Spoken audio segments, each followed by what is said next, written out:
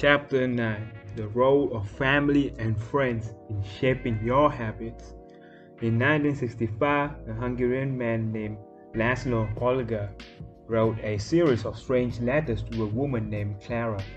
Laszlo was a firm believer in hard work. In fact, it was all he believed in. He completely rejected the idea of innate talent.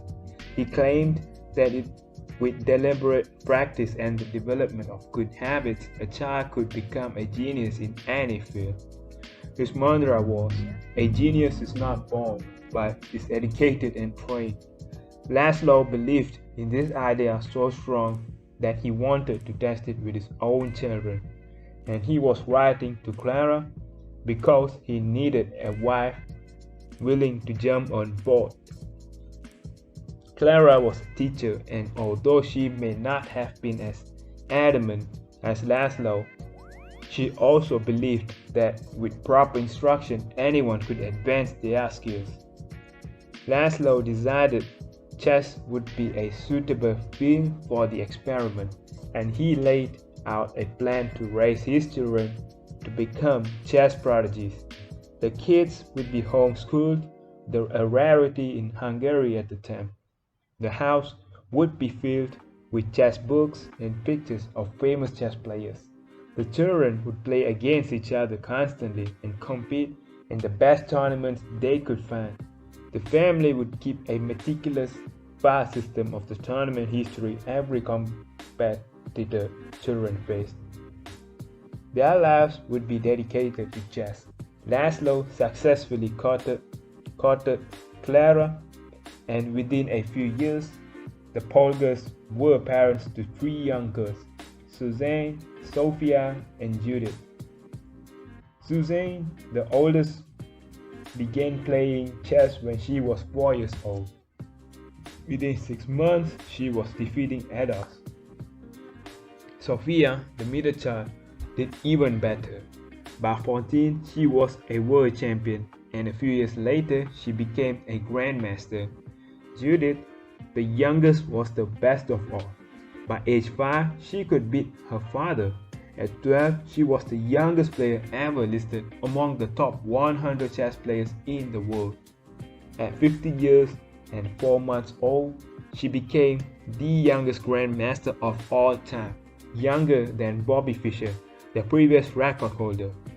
For 27 years, she was the #1 ranked female chess player in the world.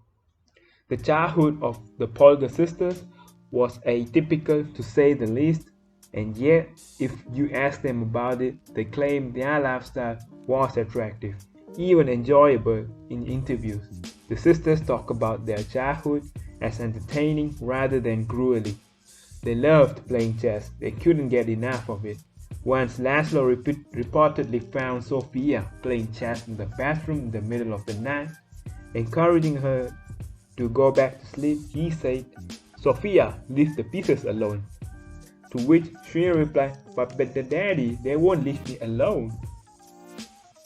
The Polgar sisters grew up in a culture that prioritized chess above all else, praised them for it, rewarded them for it, and in their word, an obsession with chess was normal. And as we are about to see, whatever habits are normal in your culture are among the most attractive behaviors you will find. The seductive pull of social norms.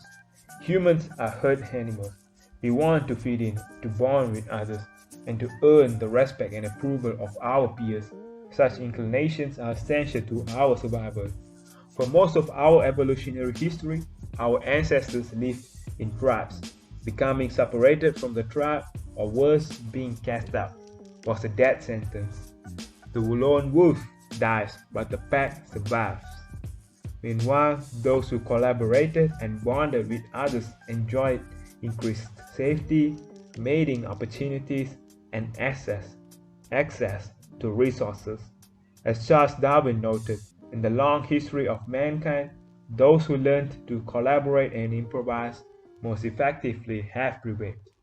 As a result, one of the deepest human desires is to belong, and this ancient preference exerts a powerful influence on our modern behavior. We don't choose our earliest habits, we imitate them.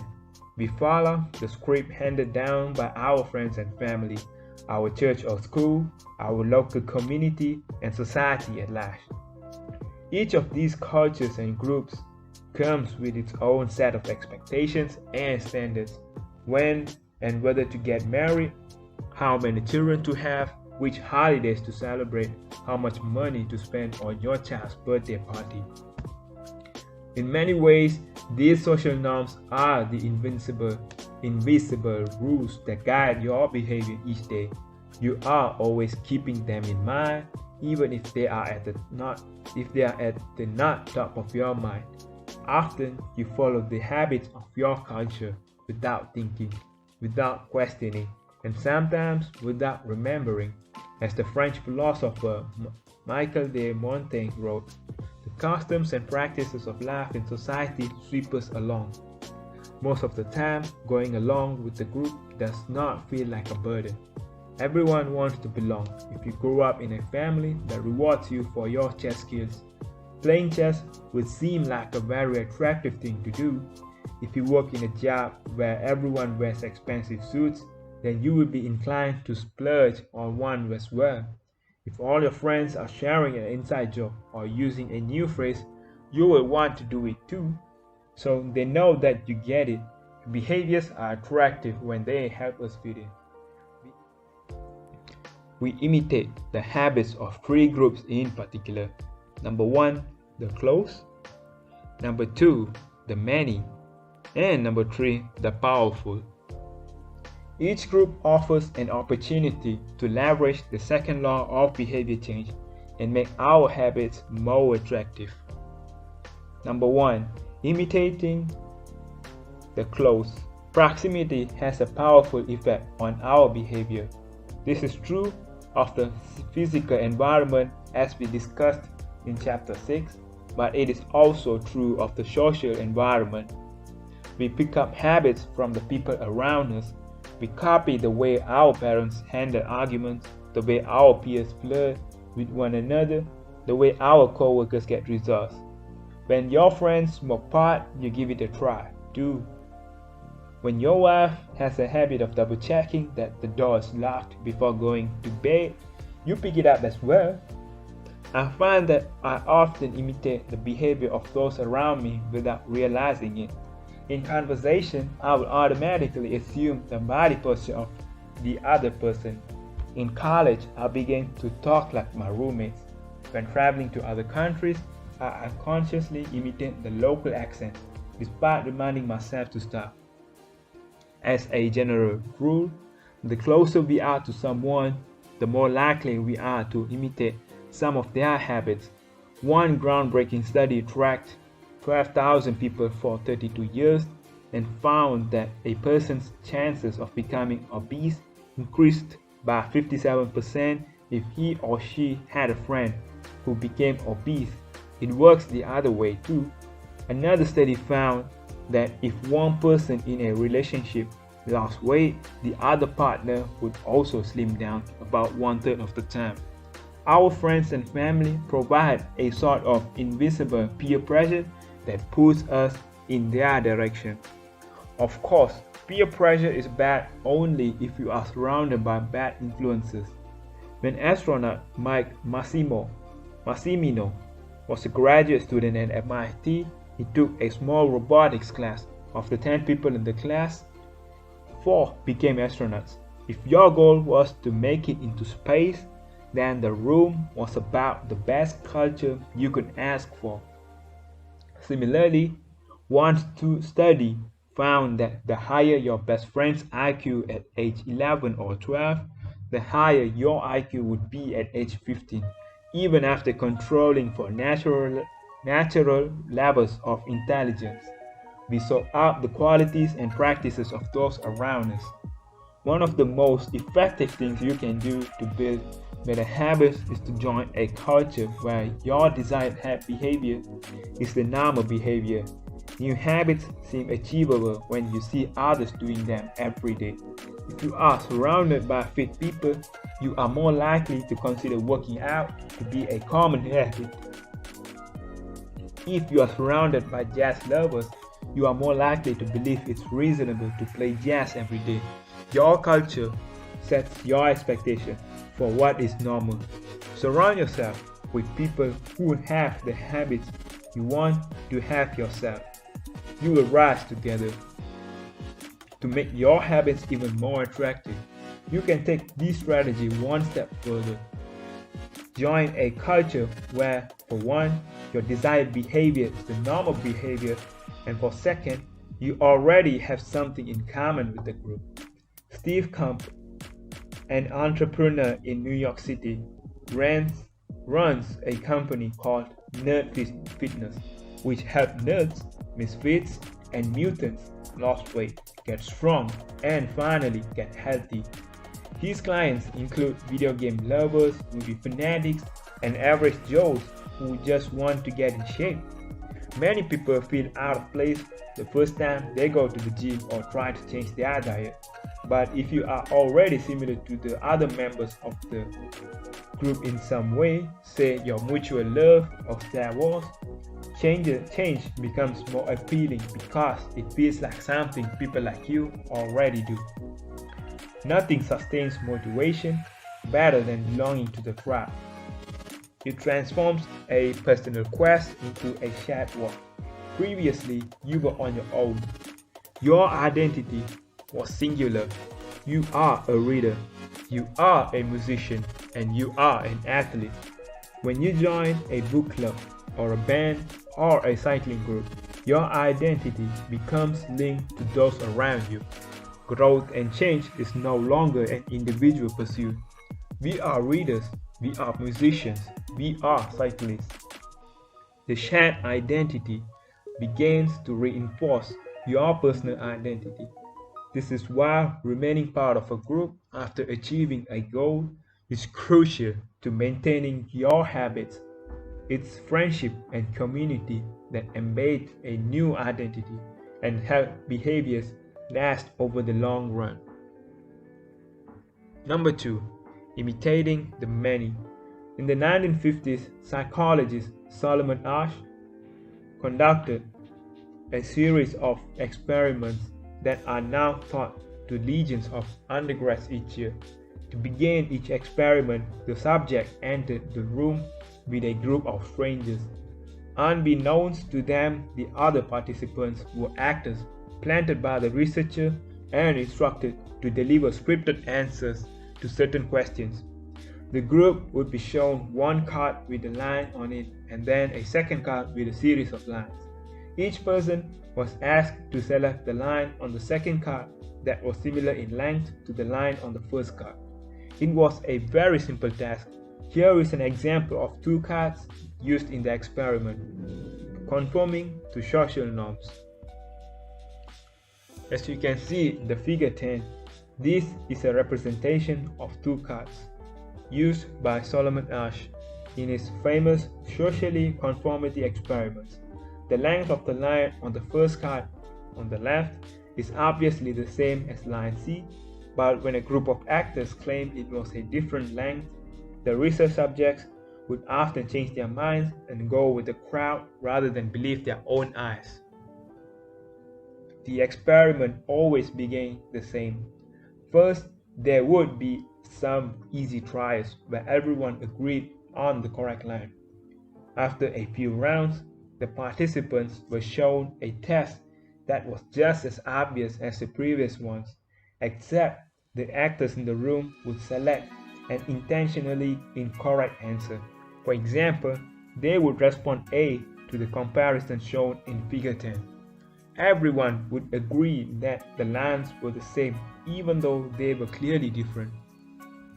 The subject who was unaware of the rust would immediately become bewildered. Their eyes would open wide, they would laugh nervously to themselves. They would double-check the reactions of other participants. Their agitation would grow as one person after another delivered the same incorrect response, and soon the subject began to doubt their own eyes. Eventually, they delivered the answer they knew in their heart to be incorrect. Asch run this experiment many times and in many different ways. What he discovered was that as the number of actors increased, so did the conformity of the subject. If it was just the subject and one actor, then there was no effect on the person's choice.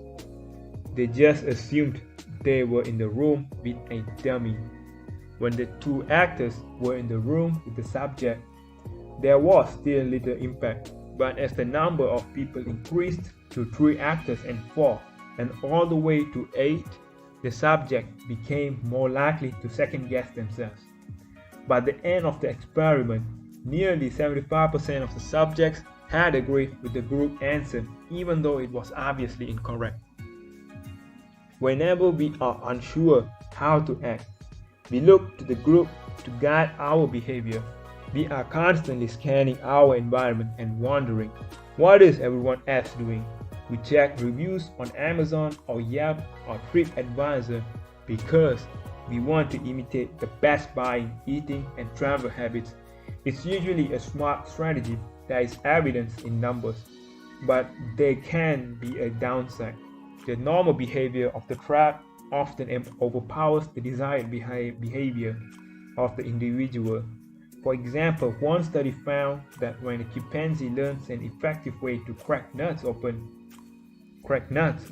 as a member of one group and then switches to a new group that uses a less effective strategy, it will avoid using the superior nut cracking method just to blend in with the rest of the chimps. Humans are similar. There is tremendous internal pressure to comply with the norms of the group.